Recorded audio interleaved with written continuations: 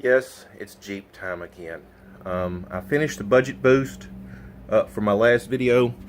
I got the front done, got the rear done. I haven't done the video on the rear yet. I'll do that when I take it apart. I have to do some shocks on the back as they were leaking when I was getting the front end aligned and getting new tires on it and stuff. So anyway, what this video is about is brake lights aren't working. So Katie told me the brake lights weren't working, stuff like that. So I got home last night. I checked the bulbs, you know, those were good, stuff like that. Went over, you know, in the glove box, checked fuse number 2, that was good, stuff like that. So everything else was leading me to a brake light switch. So I googled through some various different forums and stuff like that on how to do this. So first I took the panel that covers this area out, took the speaker out, dropped it in so I could kind of see what I was working with.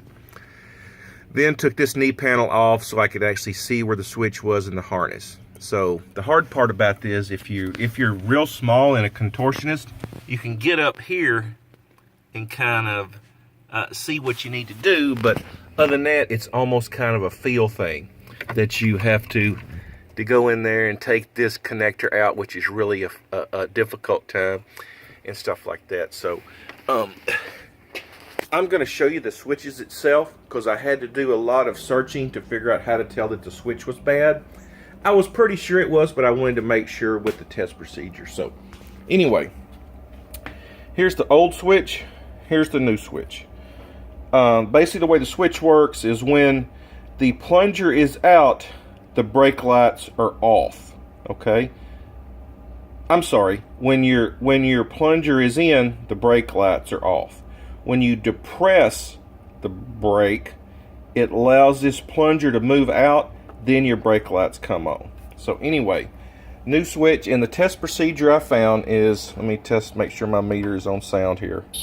Yep, I got sound here for continuity. So the test procedure said to test the first 2 contacts closest to the plunger, and you should get continuity with the plunger out. With the plunger depressed, you should get continuity between these back 2 ones. So anyway, I took my meter here, and let me see if I can somehow do this. I'm going to have to kind of hold this at an angle. So I'm going to set the phone down right quick, and maybe y'all can hear this. So no continuity between the first 2 contacts nearest the plunger.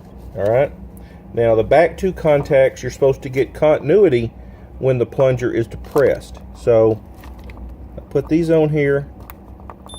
So yes, I now have continuity between the back 2 contacts, but no continuity on the front. So the test procedure tells me this switch is then bad. So I picked up the new switch at the Napa store my buddy owns. So I said, well, let me just check this to make sure. So what I did was, okay, all right, let's just check these first 2 contacts in.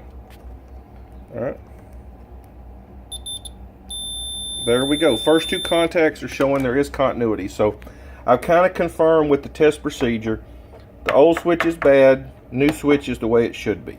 So anyway, what I did was I took this switch, plugged in the harness, and yes, the brake lights work. So anyway, I'm fixing to button all this back up, get the Jeep back to rocking and rolling, have it to where I can use it this weekend and next week and stuff like that. So I've got some other videos planned later next week. I'm going to be at the ASA shoot in Paris. So anyway, happy Easter. God bless everybody.